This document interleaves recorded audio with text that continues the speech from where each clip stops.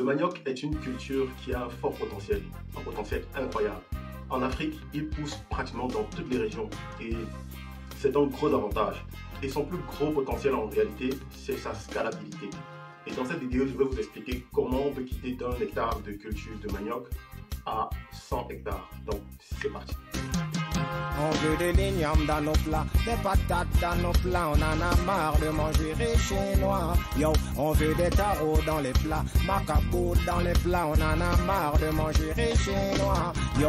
Salut à toi et bienvenue dans cette nouvelle vidéo dédiée à la promotion de l'entrepreneuriat agro-pastoral. Mon nom est Vianney Tiatche pour AgriPromo. C'est toujours un plaisir de te retrouver sur cette chaîne pour partager avec toi du contenu en rapport avec l'agro-business. Si cette thématique t'intéresse, je t'invite à t'abonner et à activer la cloche de notification pour ne rien rater des prochaines publications qui paraîtront sur cette chaîne. Ici, nous créons du contenu pour vous aider à vous lancer dans les projets agricoles et nous offrons actuellement des consultations gratuites. Donc, si toi tu as un projet agricole déjà implémenté ou en phase de préparation, nous t'offrons une consultation gratuite. Donc, pour bénéficier, écrivez à ce numéro. Pour ceux qui sont à Paris et en Île-de-France, vous pouvez bénéficier d'une consultation en présentiel. L'idée sera de discuter avec vous, échanger, vous partager de la valeur et vous aider à bien peaufiner et bien monter votre projet afin de la rendre réalisable sur le terrain. Donc, aujourd'hui, nous parlons de comment quitter d'un hectare de culture du manioc à 100 hectares. Beaucoup ne savent pas. La culture du manioc est une culture en fait qui a un potentiel de scalabilité le plus élevé. Pourquoi? Parce que dans son exploitation, nous n'avons pas juste besoin des tubercules. Les tubercules, c'est certes la matière première. Nous avons aussi des feuilles qui sont très souvent sollicitées un peu partout dans le monde, en Asie, en Amérique, même en Europe.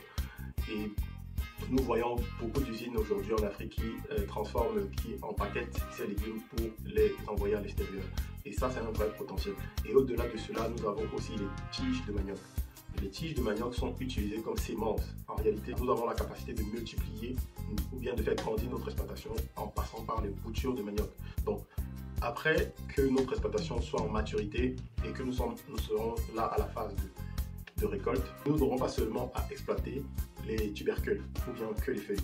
Les tiges de manioc vont nous servir de semences. Et une tige de manioc ou bien un pied de manioc peut nous produire facilement 10 boutures pour la préparation d'une autre exploitation. Donc, étant donné que nous avons 10 boutures pour sur un pied de manioc, voilà, vous pouvez faire le calcul. Nous aurons 100 000 pieds sur un hectare parce qu'un hectare en réalité c'est 10 000 plants de manioc. Et une fois que nous avons fait 10 000 boutures, voilà, nous allons faire un calcul simple. 10 000 boutures multiplié par 10, ça fait 100 000 boutures.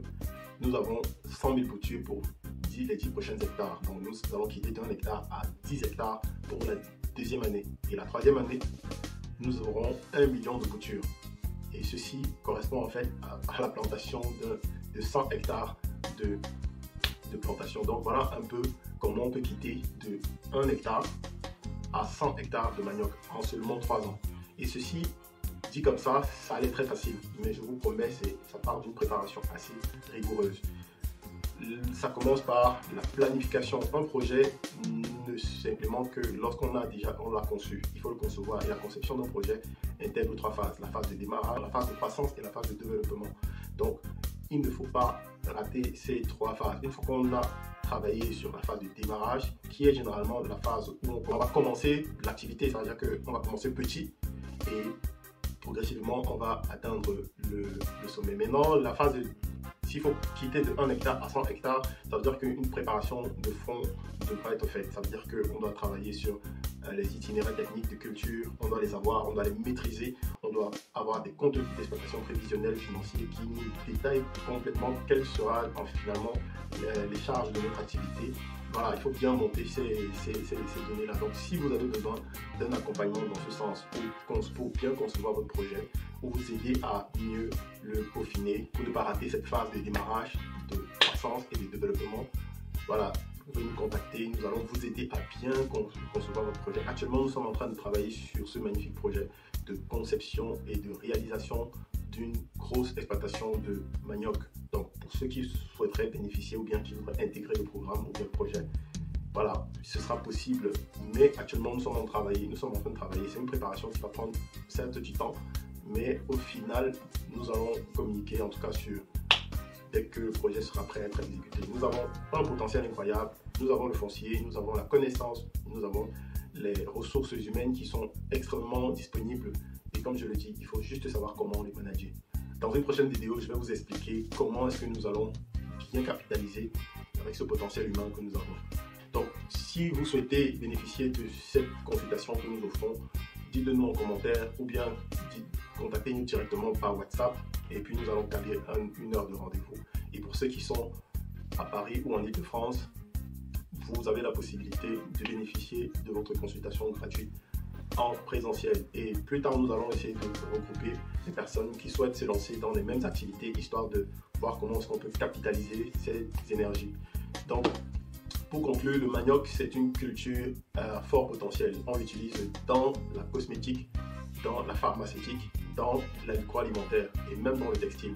Et si on va dans chaque secteur, vous allez voir combien la demande est assez élevée. Dans l'agroalimentaire, nous avons les semoule de manioc qui sont extrêmement demandés. Aujourd'hui, avec la guerre en Ukraine, nous avons besoin de farine de manioc. Donc la farine de manioc devra être produite. Et c'est juste incroyable. Donc dans plus d'une autre vidéo, nous allons expliquer quels sont les différents processus de transformation de ce magnifique aliment que nous avons. Donc si vous souhaitez qu'on en parle, dites-le nous en commentaire. Et puis je vous dis à très bientôt dans une prochaine vidéo. On veut de l'igname dans nos plats, des patates dans nos plats, on en a marre de manger les chinois. Yo, on veut des tarots dans les plats, macabout dans les plats, on en a marre de manger les chinois. Yo.